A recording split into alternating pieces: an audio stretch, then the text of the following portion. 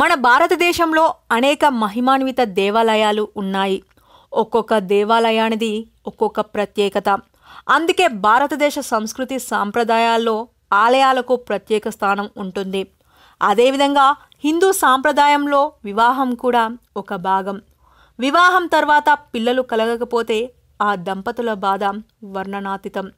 అందుకే వివాహమై పిల్లలు కలగని వారు చాలామంది వివిధ దేవాలయాల్లో ప్రత్యేక పూజలు చేసి తమకు సంతానం కలిగించాలని ఆ దేవుడిని వేడుకుంటూ ఉంటారు.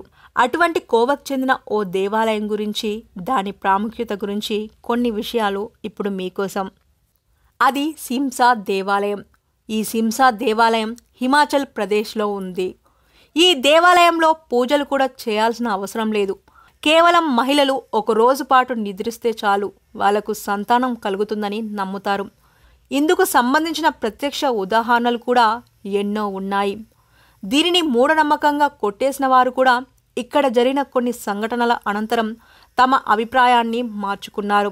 అంతేకాకుండా వారే ఈ దేవాలయం మహత్యం గురించి మిగిలిన వారికి కూడా చెబుతున్నారని స్థానికులు చెబుతున్నారు.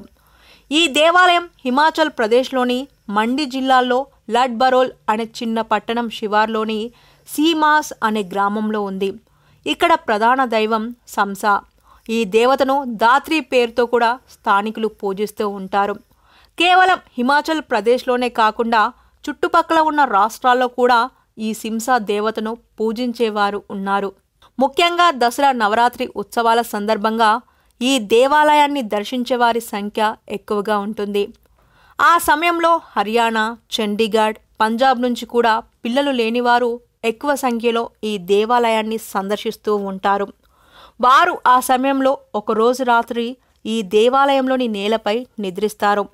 దేవతపై నమ్మకంతో ఇక్కడికి వచ్చి అమ్మవారిని పూజించిన వారికి ఈ సిమ్సా దేవత కలలో కనిపిస్తుందని స్థానికులు చెబుతారు.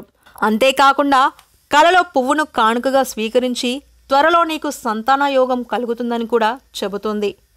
అదే కాకుండా కలలో మగపిల్లాడు పుడతాడా లేక ఆడపిల్ల పుడుతుందా అన్న విషయం కూడా కొన్ని సూచనల ద్వారా ఇక్కడి అమ్మవారు చెబుతుంది.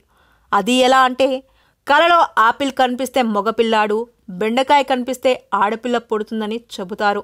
ఈ వీడియో గనక మీకు నచ్చినట్టయితే లైక్ కొట్టి షేర్ చేయండి. మరిన్ని వీడియోస్ చూడాలనుకుంటే సబ్స్క్రైబ్ చేయండి.